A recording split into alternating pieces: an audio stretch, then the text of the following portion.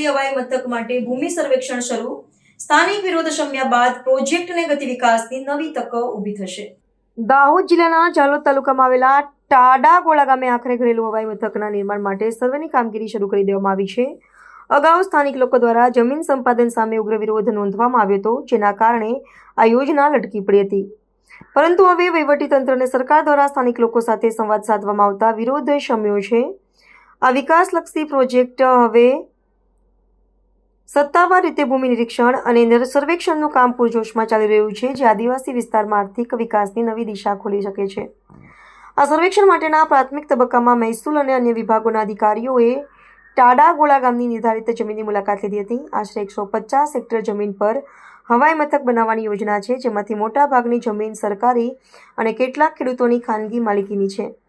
સ્થાનિક લોકોની ચિંતા હતી કે તેમના ખેતરો જવાથી તેઓ રોજીરોટી ગુમાવશે. જો કે સરકાર દ્વારા યોગ્ય વળતર અને પુનર્વસનની ખાતરી આપ્યા બાદ મામલો થાળે પડ્યો છે. હવાઈ મથક બનવાથી ઝાલોદ અને આસપાસના વિસ્તારોમાં વેપાર ઉદ્યોગને વેગ મળશે તેવી આશા છે. હવાઈ મથકનું નિર્માણ થવાથી પ્રદેશના પર્યટન, વ્યાપાર અને ઔદ્યોગિક ક્ષેત્રે મોટા પાયે પરિવર્તન આવશે. આ પ્રોજેક્ટથી સ્થાનિક યુવાનો માટે રોજગારીની નવી તકો પણ ઊભી થશે.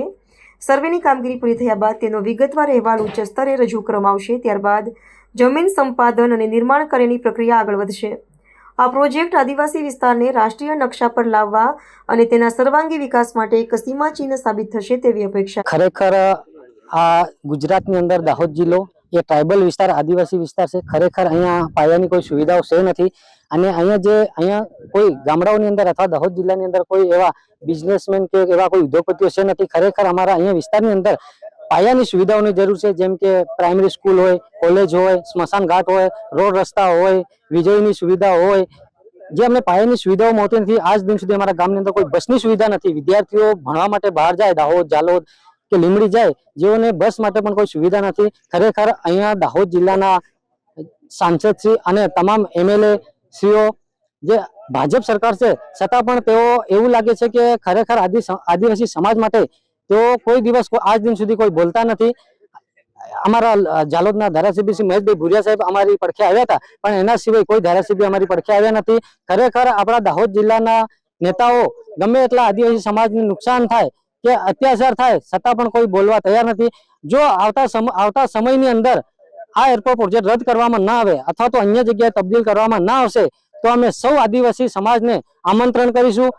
અમે કોઈ પક્ષપાત કરવાના નથી. આમ આદમી પાર્ટી હોય કે કોંગ્રેસ હોય કે ભાજપ હોય, તમામ નેતાઓને અમે મોટું સંમેલન અહીંયા રાખવાના છે અને એનો એરપોર્ટનો સખત વિરોધ નોંધાવવાના છે. ભલે અત્યારે આ બળજબરીપૂર્વક સર્વે કરી રહ્યા છે, એનો અમારો સખત વિરોધ છે.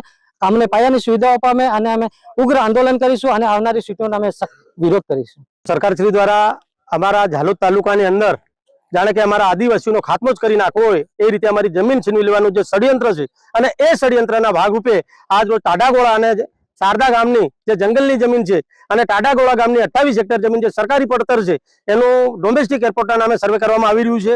અને સરકાર એમ કહેવા માંગે છે આ જમીન અમારી છે, પણ અમારા લોકોએ, અમારા ગરીબોએ જંગલની જમીન સાચવી રાખેલી. એ જંગલની અંદર અમારા આજે બળતણ માટે લાકડા અમને પૂરા પાડે છે. અમારા ઢોર ઢાકરેમાં ચરી અને પોતાનું પેટ ભરે છે. અને જે થોડી ઘણી ફળદ્રુપ જમીન જંગલની છે, એમાં અમારા ખેડૂતોને સનદ પણ મળેલી છે. સરકારી પડતર જમીન છે, એની અંદર પણ અમારા પટ ભરેલા છે. તેમ છતાં સરકાર જબરજસ્તીથી આ ડોમેસ્ટિક એરપોર્ટના નામે અમારી જમીન છીનવી રહી છે. તો આપના માધ્યમથી અમારે સરકારશ્રીને વિનંતી કરવી છે કે વિકાસના નામે તમે અમારી જમીન છીનવી અને અમારો વિનાશ કરી રહ્યા છે. જો ખરેખર તમારે અમારો વિકાસ કરવો હોય તો અમને નર્મદા કે કડાણાનું પાણી સિંચાઈને માટે આપો. આજે અમારા બાળકો છે ગુજરાતમાં, એમના વાલીઓ મજૂરી અર્થે જતા રહેતા, અમારા બાળકોને શિક્ષણ નથી મળતું, એમનું ભવિષ્ય બગડી રહ્યું છે. એ સરકારને નથી દેખતું, પણ ઉદ્યોગપતિઓને, માલેતીજારોને ખુશ કરવાના બદ ઇરાદાથી એમનો રાજકીય રોટલો છકવા માટે સરકાર અમારા આદિવાસીઓની જમીન છીનવી લઈ, અમારા જે ટાડાગોળા અને શારદાની જંગલની જમીન છીનવી લઈ આવનાર સમયની અંદર જે આજુબાજુના અમારા ટોટલ 9 ગામો છે, એની અંદર 4190 એકર જમીન ખાનગી છીનવી લઈ અમારા આદિવાસીઓનો ખાત્મો કરવા માટે સરકાર કટિબદ્ધ બનેલી છે. દાહોદ એરપોર્ટની જમીનની ડિમાર્કેશનની કામગીરી ચાલે છે.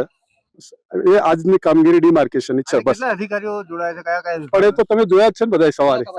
કેટલા અધિકારીઓ છે, કયા સિવિલ એવિએશનમાં હું છું, DLR ખરાડી સાહેબ એમની ટીમ છે, બંદોબસ્તમાં પોલીસ અધિકારીઓ સાહેબ છે, DSP સાહેબ, PI સાહેબ ને બધા. આજે કેટલી જગ્યાનું ડિમાર્કેશન કરવાના છો તમે? એ જે એની હદ છે જ, એની જે બોર્ડર હોય હેક્ટર સુધીમાં 141. કયા સર્વે નંબર છે? સર્વે નંબર મોઢે એટલા બધા યાદ ના હોય. ટોટલ કેટલી જમીન એક્વાયર કરવાની છે? ટોટલ 112 જંગલ ખાતું અને 28 સરકારી 141. તમારું નામ? ઈશ્વરભાઈ દેસાઈ, હોદ્દો? Manager land civil aviation, Ahmedabad.